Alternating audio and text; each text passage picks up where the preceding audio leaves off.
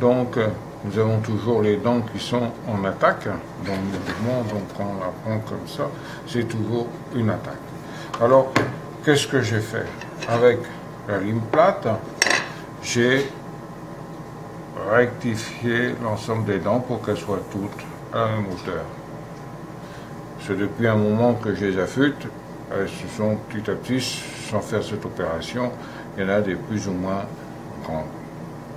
Ensuite, j'ai passé le tire-point. C'est donc une lime triangulaire. Ici, cette lime triangulaire, comme vous devez le savoir, les angles sont à 60 degrés. Ici, l'angle est à 60 degrés. Donc, ça va très bien. Il suffit de la mettre, de la placer toujours dans le sens de l'attaque, de façon que le morphile de travail soit comme ça. Donc on vient mettre le tire-point comme ceci, de façon qu'il vienne à ce moment-là bien dans la table. Et on avance par là. Au fur et à mesure que vous passez à l'intérieur, il y a la limaille qui vient ici en attaque. Ce qui est la partie qui va être tranchante et qui va couper, qui va sectionner la fibre du bois quand vous allez couper. Si vous passez dans l'autre sens, si on faisait l'inverse, on aurait l'angle d'attaque qui serait droit. Il serait redressé à chaque fois dans le mouvement. Donc, on n'aurait pas un mouvement de coupe. Donc, c'est important de le placer de cette façon-là.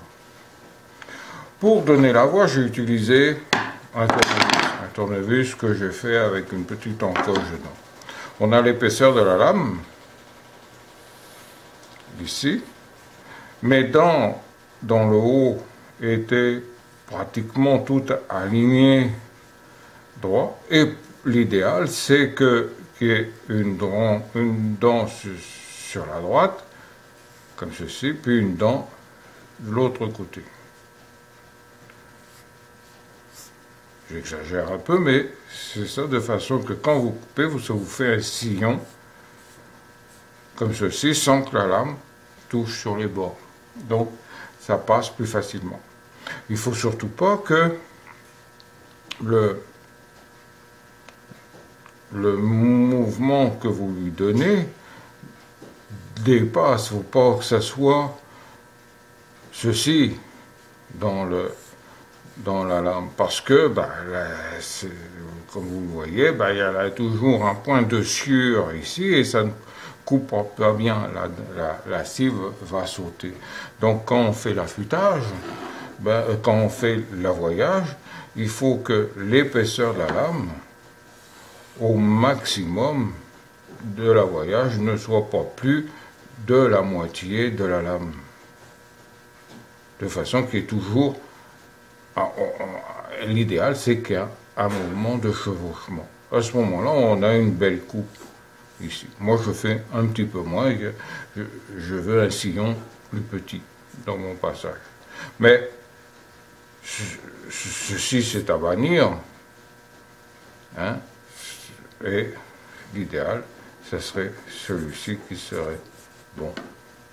Voilà, c'est tout le secret d'un bon affûtage. Le mouvement doit être égal, toujours un ou deux mouvements dans chaque dent. Tout à l'heure, j'en ai passé plus ou moins un, parce que quand il y a une dent qui est comme ça, qui est remise à plat, il va falloir que j'approfondisse ce travail. C'est la régularité de ma langue. C'est vrai que là, c'est une toute petite dent. Que dent blanche, dans le haut. Donc elle broute un peu et je vais donc la rafraîchir. Première chose que je fais toujours, c'est de passer une lime plate sur la surface, de façon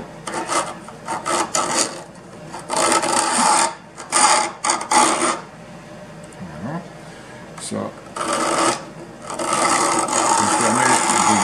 mes dents.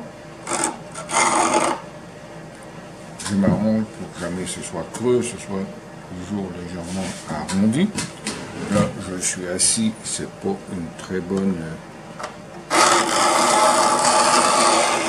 Pour cela, pour une ligne plate, pas très grosse, je pense que ce tire-point irait peut-être un peu mieux. Il est plus fin, donc c'est beaucoup mieux. Ici, je m'aperçois qu'il y a des dents qui sont plus blanches, mais c'est assez régulier. Il y en a une ici plus petite, mais mes dents sont assez régulières. Tiens, je n'ai pas touché le bout. Pour quelle raison?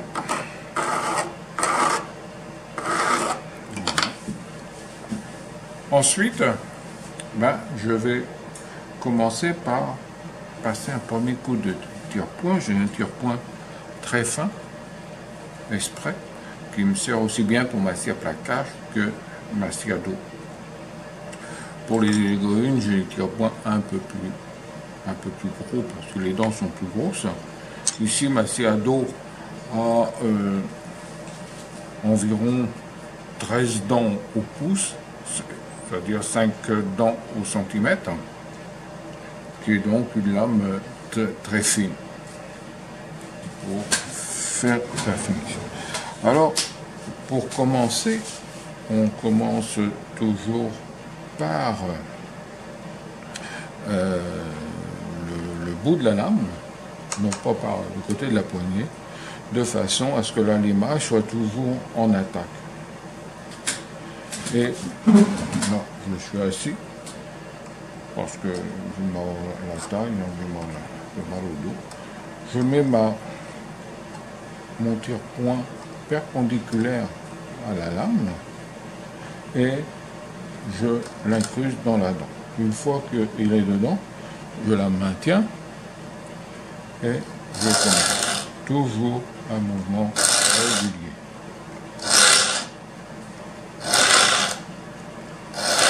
Voilà.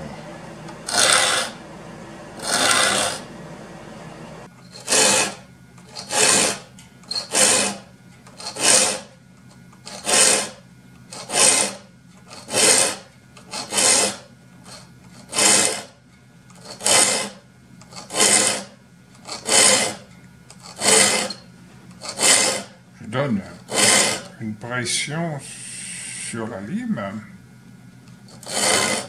constante de façon à avoir toujours la même profondeur et la même longueur. Actuellement, il me reste des dents blanches dans le bout, donc c'est pas suffisant, je vais être obligé de le repasser.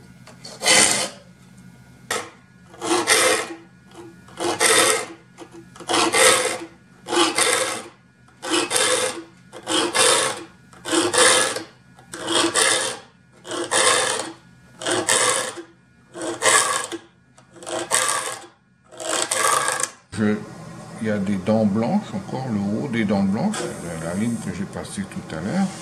Et là, je vais donner un coup sur les dents qui en ont le plus besoin et ensuite un coup de finition. Alors, j'en ai une qui est plus blanche, là, ici. J'en ai deux.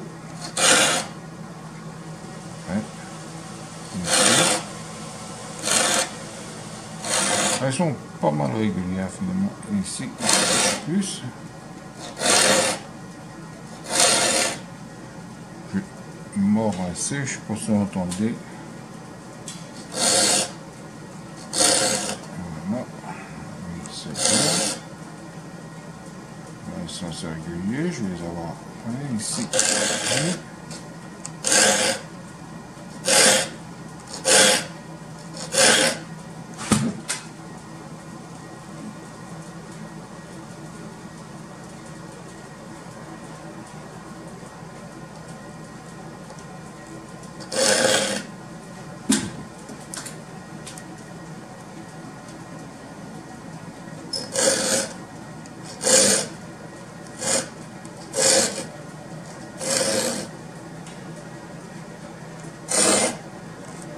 J'utilise un tournevis plat que j'ai échancré spécialement. Ça me prend bien les deux dents, puis ça me le coince bien au fond. Ça m'évite de briser les dents. Ça me sert donc de tourne à gauche.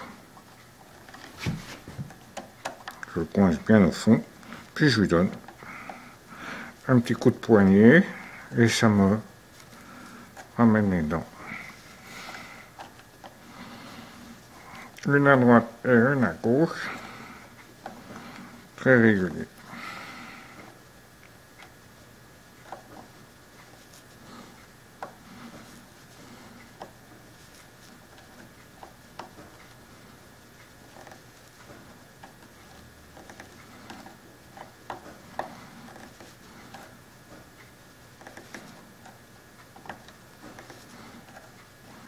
Voilà. Et là,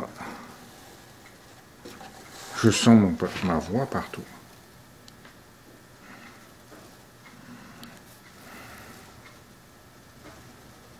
Voilà, une fois que ça c'est fait, je lui donne un nouveau coup de tire-point.